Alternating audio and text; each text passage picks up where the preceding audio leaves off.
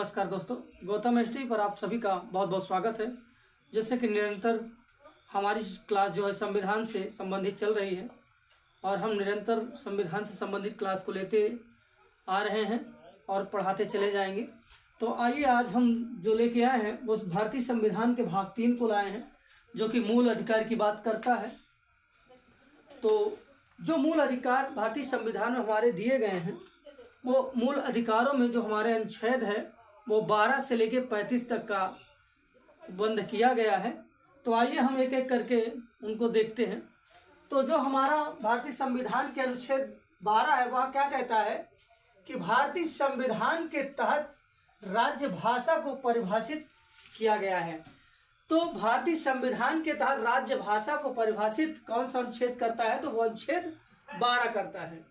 फिर उसके बाद अनुच्छेद 13 क्या कहता है कि संवैधानिक प्रावधानों को संसद तथा राज्य विधान मंडलों द्वारा बनाए गए कानूनों नियमों पर प्राथमिकता प्रदान करता है। उसके बाद अनुच्छेद 14 हमारा क्या कहता है कि विधि के समक्ष समता और विधियों का समान संरक्षण प्रदान करता है। तो विधि के समक्ष समता और विधियों का समान संरक्षण कौन प्रदान करता है, तो अनुच्छेद 14 करता है। उसके बाद अनुच्छेद 15 में है कि धर्म, मूल वंश, जाति, लिंग या जन्म स्थान के आधार पर विभेद का परिच्छेद करता है। अर्थात कहने का मतलब कि किसी व्यक्ति को धर्म, मूल वंश, जात, लिंग या जन्म के स्थान पर किसी प्रकार का भेदभाव नहीं होगा। तो ये हमारा अनुच्छेद 15 कहता है। अनुच्छेद 16 क्या कहता है कि लोक नियोजन के विषय में भारत के सभी नागरिकों को अवसर की समानता की गारंटी प्रदान करता है। तो यह गारंटी कौन प्रदान करता है, अनुच्छेद 16। अनुच्छेद 16 जो है लोक नियोजन के विषय में भारत के सभी नागरिकों को अवसर की समानता की गारंटी देता है कि हर व्यक्ति को यह अवसर मिलेगा, चाहे जिस वर्ण का हो। ठीक है, किसी भी पद के लिए या किसी भी पोस्ट के लिए, जैसे अभी हाल में आप लोग की चल रही है कांस्टेबल यूपीपी की, तो उसमें हर व्यक्ति को पद ग्रहण करने की समता का अधिकार है, समान अधिकार है। ठीक है। अनुच्छेद 17 क्या कहता है, अस्पृश्यता का उन्मूलन किया गया है इसमें। अर्थात अस्पृश्यता को बढ़ावा देने या देना दंडनीय अपराध होगा। अर्थात किसी भी प्रकार से किसी व्यक्ति के प्रति छुआछूत का भेदभाव रखना दंडनीय अपराध माना जाएगा।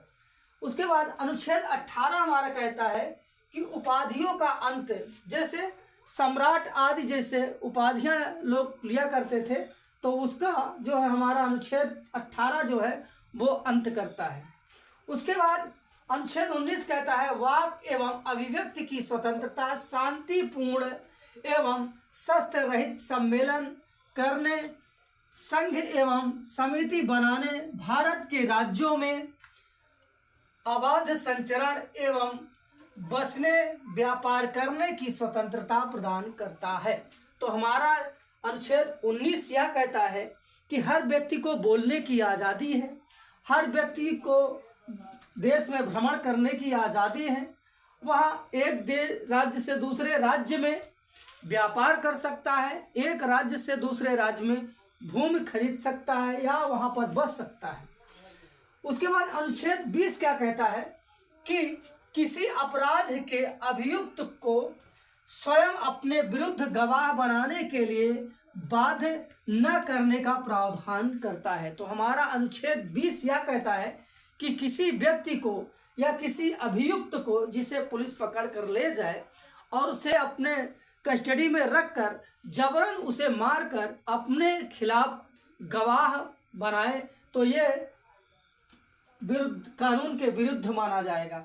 तो वही कहा गया है अनुच्छेद 20 में कि किसी अपराध के अभियुक्त को स्वयं अपने विरुद्ध गवाह नहीं बनाया जाएगा। अर्थात उसे किसी प्रकार से यह दंड देकर या प्रताड़ित कर या नहीं जुर्म कबूल करवाना होगा कि तुमने ही यह कार्य किया है, यह स्वीकार करो। ये हमारे संविधान में प्रावधान नहीं है। तो अनुच्छेद हमारा यही कहता है कि किसी अपराध के अभियुक्त को स्वयं अपने विरुद्ध गवाह बनाने के लिए बाध्य नहीं किया जा सकता है।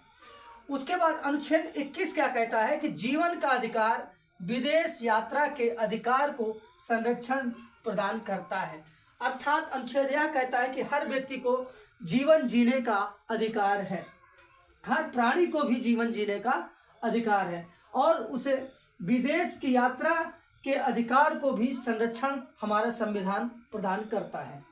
अनुच्छेद 21 कहता है, जो 21A है वह कहता है कि शिक्षा का अधिकार, कि हमारे संविधान में एक नया आर्टिकल जो आया था 21A, तो उसमें कहा है शिक्षा का अधिकार में कि हर व्यक्ति के, हर वर्ग के, या कहें तो हर वंश के जो 1 से 14 वर्ष के बच्चे हैं उनको निःशुल्क शिक्षा प्रदान करना हमारे राज्य सरकार का कर्तव्य होगा। या हमारे भारतीय संविधान में यह शिक्षा का अधिकार जो दिया गया है तो वो 6 वर्ष से लेकर 14 वर्ष तक के बच्चों को निःशुल्क शिक्षा प्रदान करने की व्यवस्था की गई है। उसके बाद वह कहता है कि कुछ दशाओं में गिरफ्तारी और निरोध के समय संरक्षण प्रदान करता है। अर्थात अनुच्छेद हमारा 22 यह कहता है कि कुछ दशाओं में ऐसा होता है कि पुलिस आती है और बिना किसी सूचना दिए लोग को जबरन उठाकर लेकर चली जाती है।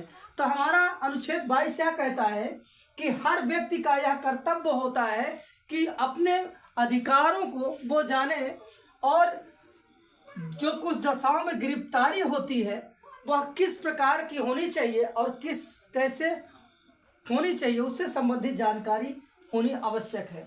और उसे निरोध अर्थात उसे निदान पाने का भी संरक्षण प्रदान करता है हमारा संविधान।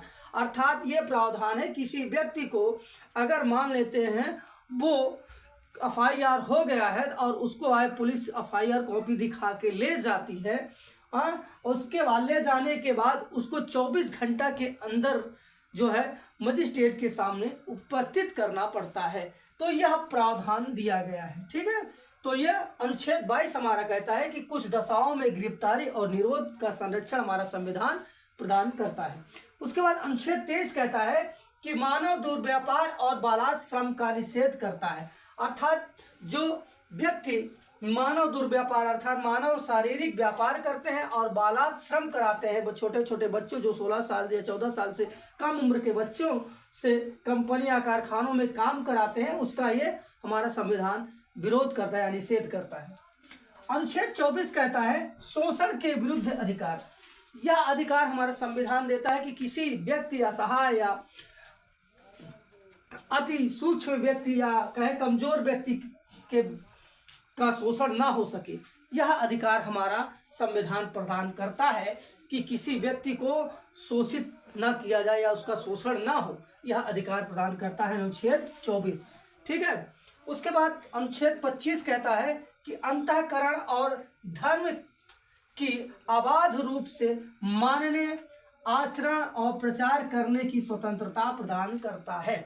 हर व्यक्ति को यह अधिकार है कि वो किसी भी धर्म को स्वीकार कर सकता है और किसी भी धर्म का शांतिपूर्वक प्रचार कर सकता है।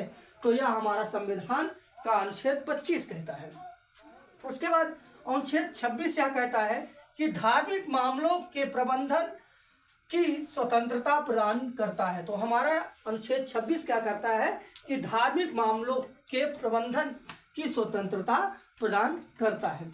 अनुच्छेद 27 क्या कहता है कि किसी धर्म विशेष के प्रचार के लिए करों के भुगतान के रूप में स्वतंत्रता निर्धारित करता है कि कोई भी धार्मिक या किसी धर्म का विशेष जो प्रचार है ना, उसके लिए करों के लिए भुगतान जो चंदा वगैरह होते हैं के रूप में स्वतंत्रता निर्धारित करता है। किसी को बाध्य नहीं किया जा सकता है उसके भुगतान के लिए कि नहीं आप इतना भुगतान करिए।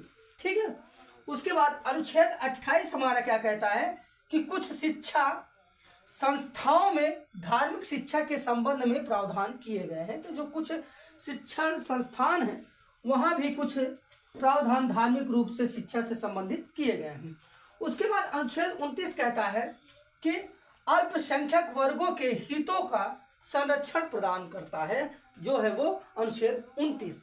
उसके बाद अनुच्छेद 30 क्या कहता है कि शिक्षण संस्थानों की स्थापना, प्रशासन करने का अल्पसंख्यक वर्गों को अधिकार।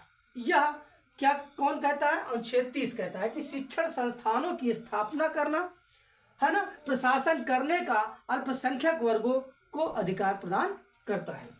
उसके बाद अनुच्छेद 31 हमारा जो है वो कहता है कि संपत्ति अर्जन करने का अधिकार, अर्थात हर व्यक्ति को कितना कैसे संपत्ति अर्जित करना है उसका जो है अधिकार हमारा अनुच्छेद 31 देता है।